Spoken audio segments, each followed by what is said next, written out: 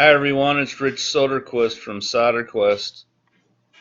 Picking up power strip and a good surge protection device is key to a really nice assembly bench. Stay tuned as I reveal some secrets on what to look for in a power strip.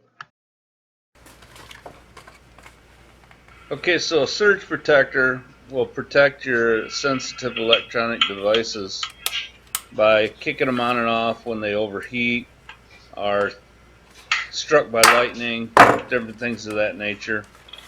You can get them with a variety of sizes and features. One of the things you want to look for, if you can get it, is a little circuit breaker.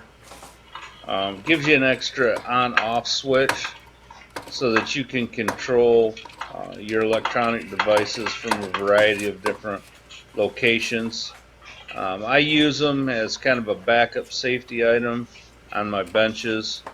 I not only turn the soldering iron off, but then I turn my power strip off and I unplug it from a main source. That just keeps me sleeping well at night, knowing that I'm not burning down my garage. These devices will give you the option to plug in several different soldering irons to the same network. One thing you don't want to do is daisy chain. That means plugging one power strip into another. That's not good. Great for helping you with ungrounded soldering irons and other devices, as I'm going to demonstrate here in a second. One of the things I wanted to demonstrate, particularly with older electrical devices, is you can run across in your rebuilding and you're making old plugs like this that aren't necessarily grounded devices polarity wise.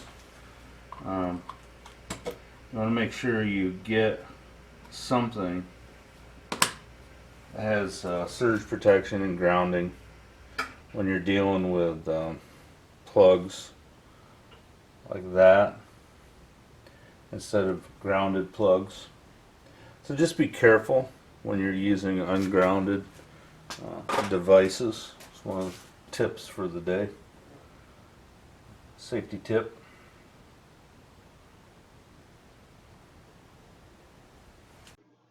Please subscribe to our channel and let us know what you think. We're always looking to do exciting things that you might be looking for. Stay safe and thanks for watching.